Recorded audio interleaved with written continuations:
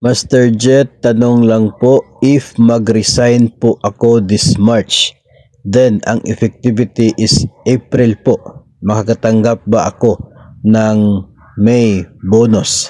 Okay, so sa May, that is mid-year bonus. Kung mag-retire ka, effective April 2025, mayroon ka ba matatanggap na mid-year bonus? Ang sagot po natin dyan ay wala. Walang mid-year bonus. Kahit po sasabihin ninyo na umabot ka ng 40 years in service, hindi po kasi counted yung years of service mo sa mga nagdaang taon, no? Yung current lang kasi nakatanggap ka ng bonus no mga nagdaang taon So ngayon, dito for this mid-year bonus sa 2025, ang basic requirement dapat nasa service ka pa talaga as of May 15. Hindi pwede na retired na or resigned na, separated from the service as of May 15.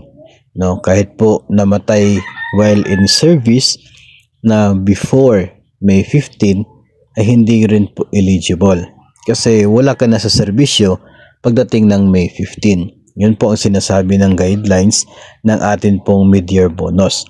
Ang isa po sa realidad dito ay wala pong proportional, no? Yung proportion lang na mid-year bonus.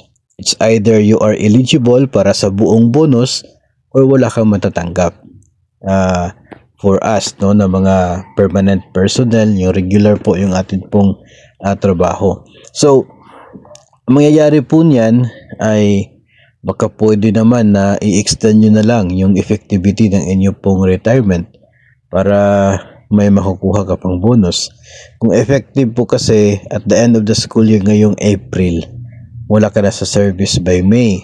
So, wala kang mid-year bonus na matatanggap. So, ganun po ang sinasabi ng guidelines sa atin pong mid-year bonus.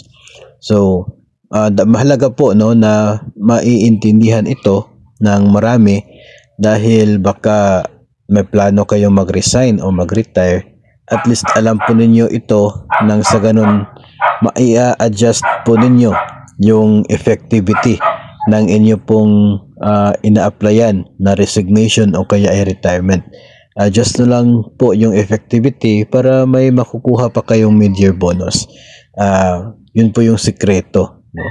Huwag pong ipilit ng April kung hindi po kayo willing na i-give way ang bonus na yan.